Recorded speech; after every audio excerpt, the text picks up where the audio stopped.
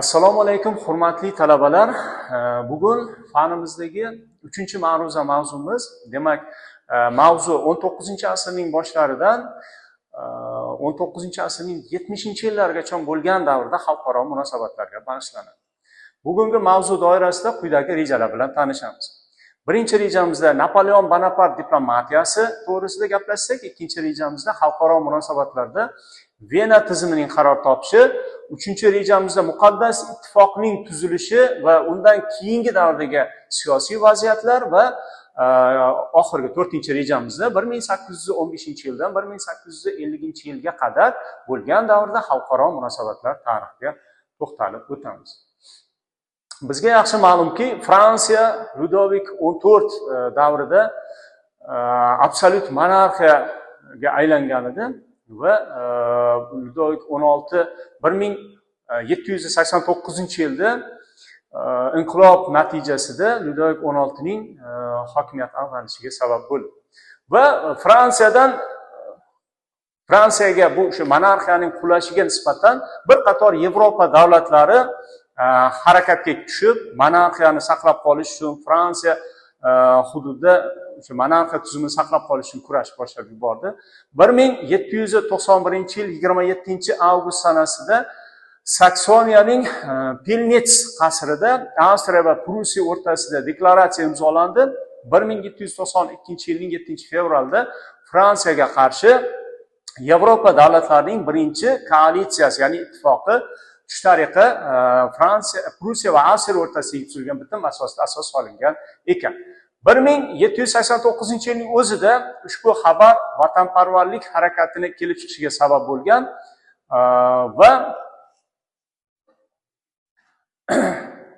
va qonun chiqaruvchi majlis xalqqa murojaat qilgan holatda vatan xavf ostida deb e'lon qiladi va hujumni kutib o'tirmasdan Avstriyaga qarshi urush e'lon qiladi.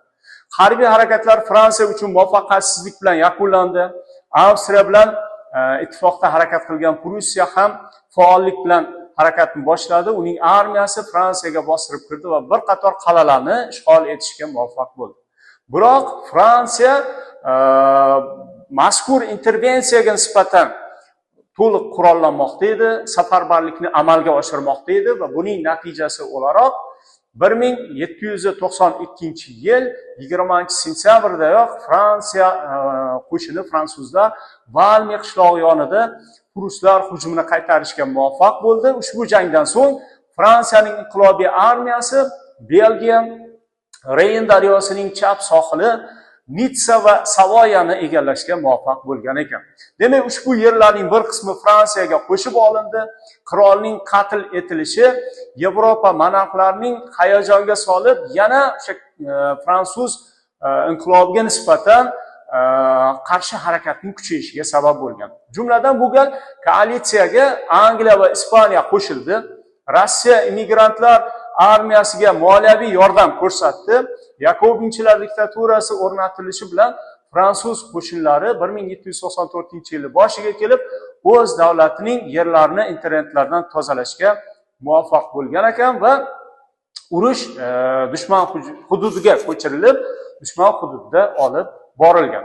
Fransiyaning o'zida esa 9-termidor aksil inqilobiy to'ntarish ro'y berdi. Yakobinchilar diktaturasi ag'darilib, uni o'rniga hokimiyat tepasiga hokimiyat almashinuvi natijasida direktoriya keldi. Direktoriya ma'lum bir vaqt faoliyat ko'rsatgandan so'ng direktoriyani o'rniga 3 ta konsuldan biri hisoblangan Napoleon Bonapart o'zining yakka hokimiyatini o'rnatgan holatda faoliyat ko'rsatdi. Konsullik va birinchi imperiya davri sifatida e'tirof etiladi. Bu o'sha 1801-yildan to 1815-yilgacha kechgan davr Fransiya tarixida to'xtovsiz urushlar bilan o'tganlik bilan xarakterlanadi. Demak, fransuzlar bosib olingan mamlakatlarni, Fransiya mollari sotiladigan bozorlar, fransuz sanoati uchun xomashyo manbasiga aylantirish siyosatini olib bordi. Demak, bu holat Napoleonni tinimsiz olib borilgan urushlarning ko'lamini kengaytirib borishga sabab bo'lgan ekan. Napoleon olib borilgan urushlarning asosiy maqsadi Yevropada Fransiyaning ustuvorligini o'rnatish uchun kurash edi. Fransiyaga qarshi ittifoqlarga kirgan mamlakatlar, ya'ni o'sha Napoleon olib borayotgan harbiy urushlarga qarshilik ko'rsatish uchun Yevropaning qator davlatlari Angliya, Rossiya, Avstriya va Prussiya fransuz gegemoniyasiga qarshi birgalikda kurashishga qaror qilishdi. 19-asrning boshida xalqaro munosabatlarning markazida Angliya va Fransiya o'rtasidagi raqobat xalqaro munosabatlarning eng muhim masalalaridan biri sifatida e'tirof etilar edi. Xo'p, demak, 1800-yilda ichki ziddiyatlar tufayli Fransiyaga qarshi ikkinchi koalitsiya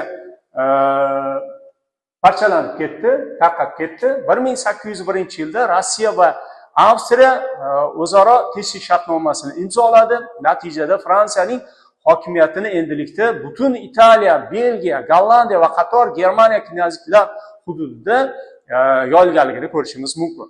1802-yilga kelib Amiens shahrida Angliya bilan xalqaro shartnoma imzolandi. Uning bandlariga ko'ra Fransiya va Angliya Yevropadagi tartibni saqlash majburiyatini o'z zimmasiga olgan edi. Lekin tinchlikning umri juda ham qisqa davom etdi. 1803-yilda harbiy harakatlar qaytadan boshlanib, 1805-yilda Yevropa davlatlarining 3-koalitsiyasi shakllandi. Bu koalitsiyaga Angliya, Rossiya, Avstriya va Neapolitan qirolligi qo'shilgan ekan. 1805-yil 21-oktyabrda Trafalgar burni yonidagi jangda admiral Nelson qo'mondonligidagi ingliz floti birlashgan fransuz-ispan flotini mag'lubiyatga uchratishga muvaffaq bo'ldi. Shundan so'ng Napoleon barcha kuchlarini Avstriyaga qarshi qaratdi. 1805-yilning oktyabrida Avstriya armiyasi taslim bo'ldi va fransuz qo'shinlari Venaga muvaffaqiyatli ravishda kirib bordi. Dekabr boshida Avstriya yonidagi jangda Rossiya va Avstriyaning birlashgan kuchlari mag'lubiyatga uchratildi. Tez orada Avstriya va Fransiya o'rtasida imzolangan tinchlik shartnomasini kuzatishimiz mumkin.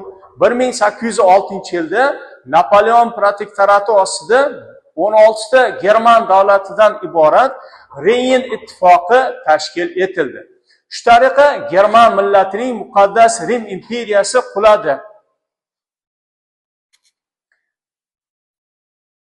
1806-yilda Fransiyaga qarshi 4-koalitsiya shakllandi. Bu koalitsiya tarkibiga Yevropaning qator davlatlari kirdi. Angliya, Prussiya, Rossiya, Shvetsiya davlatlarini ko'rishimiz mumkin.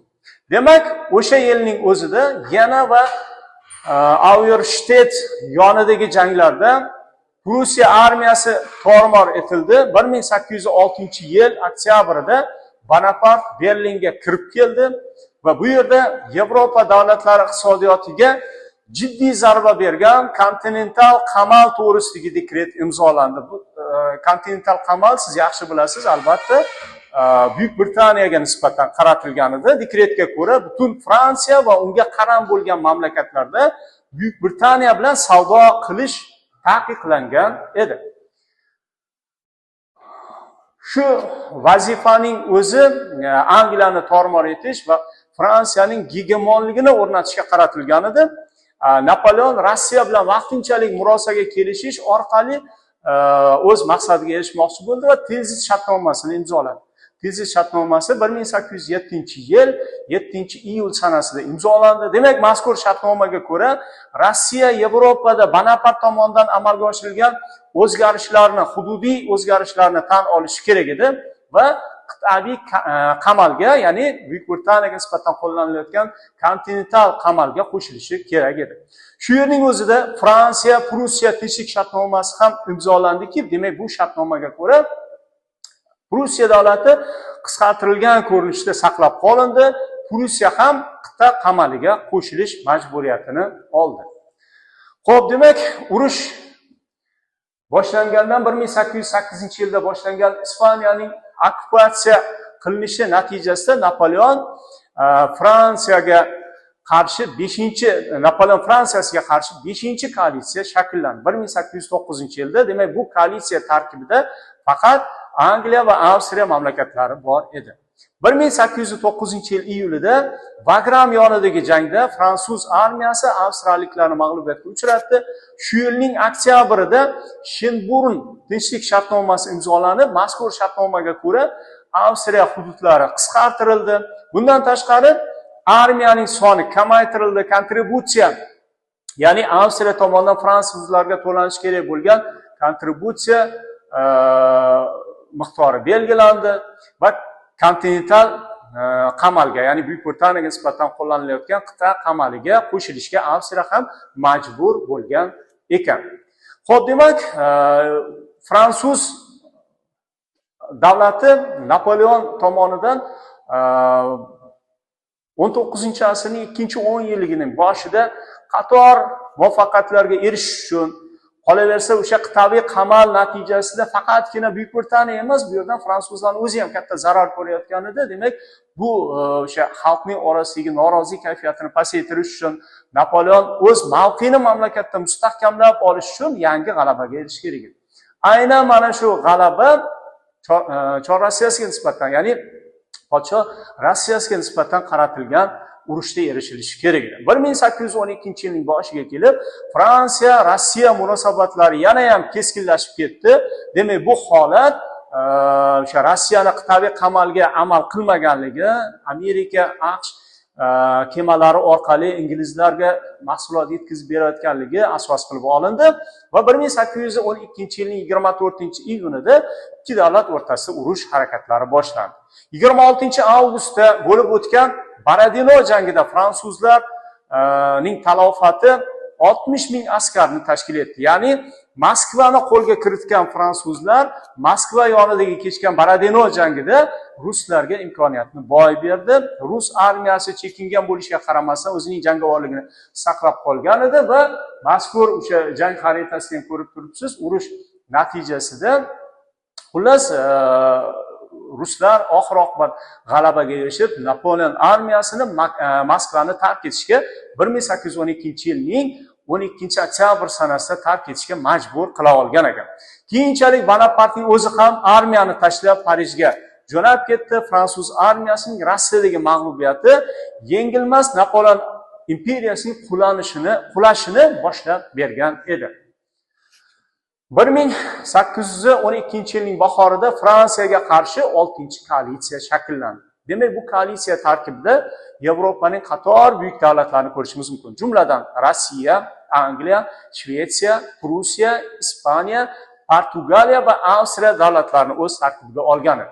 Xalq qiluvchi jang, ya'ni Napoleon armiyasi va ittifoqchilar o'rtasidagi jang 1813-yil 16-19 Leipzig ostonasida bo'lib o'tdi. Bu jang tarixga Xalqlar jangi nomi bilan kirib, Napoleon armiyasini to'liq mag'lubiyatga uchratib, armiyani Reyn daryosi ortiga chekinishga majbur qila olgan ekan. Vena kongressi Shvetsariya davlatini betaraf deb e'tirof etdi. Germaniyani tarqoq holatda qolishini ma'qulladi, saqlab qoldi va Yevropada yangi tuzumni belgilab berdi. Ya'ni 1648-yildan boshlangan Vestfaliya tizimini mustahkamlab, Vena tizimi bilan birgalikda xalqaro munosabatlarda Vestfal-Vena tizimida qaror topishiga sabab bo'lgan ekan. Demak, bu tizim to Birinchi jahon urushi yakunlariga ko'ra yangitdan Yevropa xaritasi, dunyo xaritasini belgilab bergan Versal-Vashington tizimini qaror topguniga qadar o'ziga xos yangi tartibni belgilab bergan ekan. E'tiboringiz uchun rahmat.